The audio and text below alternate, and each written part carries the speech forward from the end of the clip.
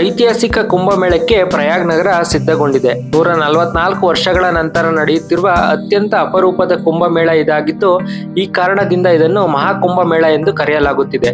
4 ಗ್ರಹಗಳ ಅಪರೂಪದ ಸಂಯೋಜನೆಯಾಗುತ್ತಿರುವ ಹಿನ್ನೆಲೆಯಲ್ಲಿ 144 ವರ್ಷಗಳ ಬಳಿಕ ಈ ಕುಂಭಮೇಳ ನಡೆಯುತ್ತಿದೆ.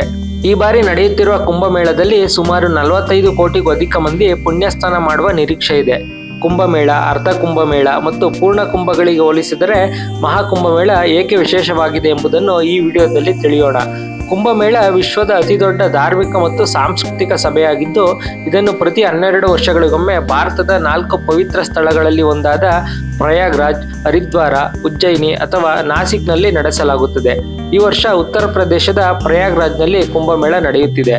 ಗಂಗಾ, ಯಮುನಾ ಮತ್ತು ಪೌರಾಣಿಕ ಸರಸ್ವತಿ ನದಿಗಳ ಸಂಗಮವಾದ ತ್ರಿವೇಣಿ ಸಂಗಮದಲ್ಲಿ ಸ್ನಾನ ಮಾಡಲು ಪ್ರಪಂಚದಾದ್ಯಂತ ಲಕ್ಷಾಂತರ ಭಕ್ತರು ಈ ಪವಿತ್ರ ಕಾರ್ಯಕ್ರಮದಲ್ಲಿ ಭಾಗವಹಿಸಲು ಆಗಮಿಸುತ್ತಿದ್ದಾರೆ. ಪವಿತ್ರ ನದಿಯಲ್ಲಿ ಸ್ನಾನ ಮಾಡುವುದರಿಂದ ಪಾಪಗಳು ಕಳೆದು ಮೋಕ್ಷ ಸಿಗುತ್ತದೆ ಎಂದು ನಂಬಲಾಗಿದೆ.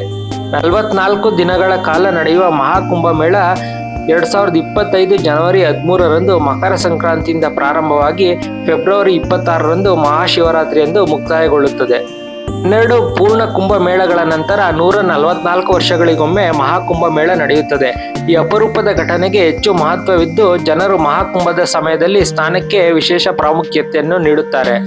ಶಾಹಿ ಸ್ನಾನ ಸಮಯದಲ್ಲಿ ನಾಗಸಾಧುಗಳ ಹೊಳೆಯುವ ಕತ್ತಿಗಳು, ಆಚರಣೆಗಳು ಮತ್ತು ಕುಂಭಮೇಳಕ್ಕೆ ಹಾಜರಾಗಲು ಲಕ್ಷಾಂತರ ಯಾತ್ರಿಕರನ್ನು ಆಕರ್ಷಿಸುವ ಅನೇಕ ಇತರ ಸಾಂಸ್ಕೃತಿಕ ಚಟುವಟಿಕೆಗಳು ಸೇರಿದಂತೆ ಹಲವಾರು ಸಮಾರಂಭಗಳು ನಡೆಯುತ್ತವೆ. ಕುಂಭಮೇಳದ ಸಮಯದಲ್ಲಿ ಆನೆಗಳು, ಕುದುರೆಗಳು ಮತ್ತು ರಥಗಳನ್ನು ಒಳಗೊಂಡ ಪೇಶ್ವಾಯಿ ಎಂದು ಕರೆಯಲ್ಪಡುವ ಅಖಾಡಗಳ ಸಾಂಪ್ರದಾಯಿಕ ಮೆರವಣಿಗೆ ನಡೆಯುತ್ತದೆ. ಕುಂಭಮೇಳದ ಸ್ಥಳ ಮತ್ತು ದಿನಾಂಕವನ್ನು ನಿರ್ಧರಿಸಲು ಜ್ಯೋತಿಷಿಗಳು ಮತ್ತು ವಿವಿಧ ಆಕಾರಗಳ ನಾಯಕರು ಭೇಟಿಯಾಗಿ ಗುರು ಮತ್ತು ಸೂರ್ಯನ ಸ್ಥಾನಗಳನ್ನು ಪರಿಶೀಲಿಸುತ್ತಾರೆ. ಗುರು ಮತ್ತು ಸೂರ್ಯ ಇಬ್ಬರು ಹಿಂದೂ ಜ್ಯೋತಿಷ್ಯದಲ್ಲಿ ಪ್ರಮುಖ ಗ್ರಹಗಳಾಗಿವೆ ಮತ್ತು ಕುಂಭಮೇಳದ ಸಮಯ ಮತ್ತು ಸ್ಥಳವನ್ನು ಅವುಗಳ ಸ್ಥಾನಗಳ ಆಧಾರದ ಮೇಲೆ ನಿರ್ಧರಿಸಲಾಗುತ್ತದೆ. ಛೋಟಾ ಕುಂಭ ಎಂದು ಕರೆಯಲ್ಪಡುವ ಮಾಘ ಮೇಳವನ್ನು ವಾರ್ಷಿಕವಾಗಿ ಮತ್ತು ಪ್ರಯಾಗ್ರಾಜ್ನಲ್ಲಿ ಮಾತ್ರ ನಡೆಸಲಾಗುತ್ತದೆ. ಇದನ್ನು ಹಿಂದೂ ಕ್ಯಾಲೆಂಡರ್ ಪ್ರಕಾರ ಮಾಘ ಮಾಸದಲ್ಲಿ ಆಯೋಜಿಸಲಾಗುತ್ತದೆ. ಇದು ಸಾಮಾನ್ಯವಾಗಿ ಜನವರಿ ಫೆಬ್ರವರಿಯಲ್ಲಿ ಬರುತ್ತದೆ. ಕುಂಭಮೇಳದ ಮೂಲವು ಹಿಂದೂ ಪುರಾಣಗಳಲ್ಲಿ ಸಮುದ್ರ ಮಂಥನದ ಕಥೆಯಲ್ಲಿದೆ. ದೇವತೆಗಳು ಮತ್ತು ಅಸುರರು ಅಮರತ್ವದ ಅಮೃತವನ್ನು ಪಡೆಯುವ ಪ್ರಯತ್ನದಲ್ಲಿ ಹೇಗೆ ಸೇರಿಕೊಂಡರು ಎಂಬುದನ್ನು ಪ್ರಾಚೀನ ಗ್ರಂಥಗಳು ವಿವರಿಸುತ್ತವೆ. ಮಂಥನವು ಆರಂಭಗೊಂಡ ನಂತರ ಅಮೃತದಿಂದ ತುಂಬಿದ ಕುಂಭ ಹೊರಹೊಮ್ಮಿತು. ರಾಕ್ಷಸರಿಂದ ಅದನ್ನು ರಕ್ಷಿಸಲು ಮೋಹಿನಿಯ ವೇಷದಲ್ಲಿರುವ ಭಗವಾನ್ ವಿಷ್ಣುವು ಮಡಕೆಯನ್ನು ಸ್ವಾಧೀನಪಡಿಸಿಕೊಂಡ. ಈ ರೀತಿ ವಶಪಡಿಸಿಕೊಂಡು ಕೊಂಡೊಯ್ಯುತ್ತಿದ್ದಾಗ ತನ್ನ ಪ್ರಯಾಣದ ಸಮಯದಲ್ಲಿ ಅಮೃತದ ಹಲವಾರು ಹನಿಗಳು ಬಿದ್ದ 4 ಸ್ಥಳಗಳೇ ಇಂದಿನ ಪ್ರಯಾಗರಾಜ್, ಹರಿದ್ವಾರ, ಉಜ್ಜಯಿನಿ ಮತ್ತು ನಾಸಿಕ್ ಕ್ಷೇತ್ರಗಳಾಗಿವೆ. ಈ ಸ್ಥಳಗಳು ಪವಿತ್ರ ಸ್ಥಳಗಳಾಗಿ ಪೂಜಿಸಲ್ಪಡುತ್ತಿವೆ. ಇಲ್ಲಿ ಕುಂಭಮೇಳವನ್ನು ಆಚರಿಸಲಾಗುತ್ತಿದೆ. ಈ ಬಾರಿ ಜಗತ್ತಿನಾದ್ಯಂತ ಸುಮಾರು 45 ಕೋಟಿ ಭಕ್ತರು ಮಹಾಕುಂಭಮೇಳಕ್ಕೆ ಆಗಮಿಸುವ ನಿರೀಕ್ಷೆ ಇದೆ.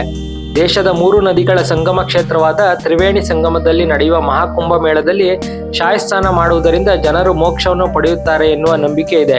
ಹೀಗಾಗಿ ದೇಶದ ಮೂಲೆ ಮೂಲೆಯಿಂದ ಜನ ಮಹಾಕುಂಭಮೇಳಕ್ಕೆ ಆಗಮಿಸುತ್ತಾರೆ. ಈ ಹಿನ್ನೆಲೆಯಲ್ಲಿ ಭಕ್ತರಿಗಾಗಿ 10,000 ಹೆಕ್ಟೇರ್ಗಳ ವಿಶಾಲವಾದ ಪ್ರದೇಶದಲ್ಲಿ 1.5 ಲಕ್ಷ ಟೆಂಟ್ಗಳನ್ನು ನಿರ್ಮಿಸಲಾಗಿದೆ. ಶೌಚಾಲಯ, ಸ್ವಚ್ಛತೆ ಸೇರಿದಂತೆ ಮೊದಲೆಂದಿಗಿಂತಲೂ ಈ ಬಾರಿ ಭಕ್ತರಿಗಾಗಿ ಎಲ್ಲ ರೀತಿಯ ಮೂಲಸೌಕರ್ಯಗಳನ್ನು ಉತ್ತಮವಾಗಿ ಮಾಡಲಾಗಿದೆ.